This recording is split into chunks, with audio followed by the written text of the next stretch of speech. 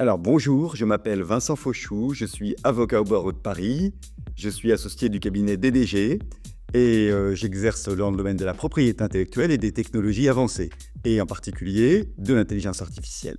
Alors aujourd'hui, je vais parler de la possibilité de protéger les œuvres générées par l'IA par la propriété intellectuelle en droit français.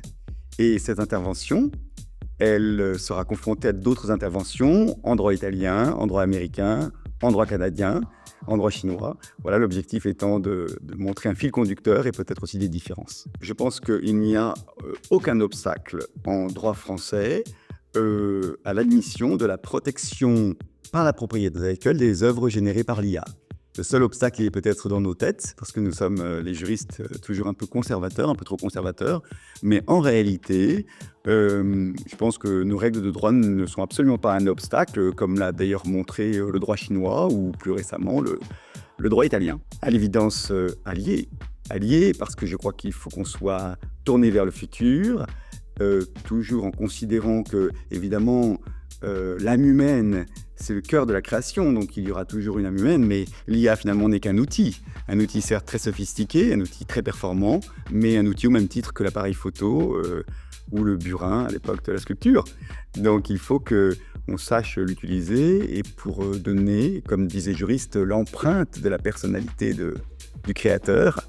Et c'est en cela que ces œuvres seront protégeables par la propriété intellectuelle.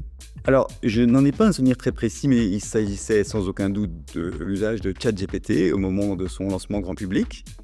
J'ai été fasciné, bien évidemment, par la puissance de l'outil et j'ai tout de suite compris qu'il fallait vraiment apprendre à l'utiliser quotidiennement. Et j'ai compris que ça deviendrait pour moi un compagnon, je dirais, durable. Et voilà, pour progresser et ne pas rater cette révolution extraordinaire. Alors, j'ai créé cette association qui s'appelle l'International Law Association for AI, ILAAI, avec des avocats du monde entier qui sont de grands spécialistes de l'intelligence artificielle. Pourquoi ? Parce que je suis convaincu qu'on ne peut absolument pas s'enfermer dans une approche purement nationale, purement française, et que ce serait une grossière erreur, puisque l'intelligence artificielle est un phénomène par définition mondial, un phénomène qui est très intéressant parce que les positions des États peuvent être très différentes.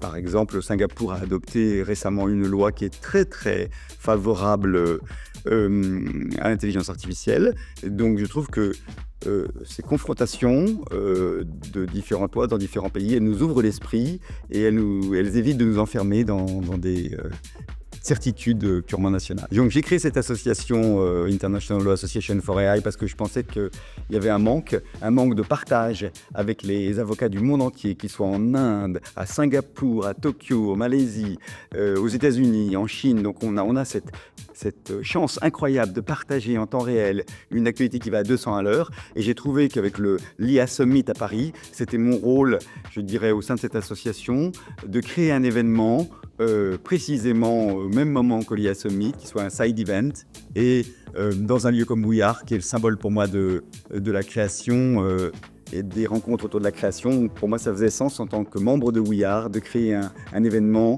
ici avec nos partenaires que j'apprécie beaucoup, la Fédération de la Couture, We Are, bien sûr l'Université Paris-Dauphine, l'Institut français de la mode.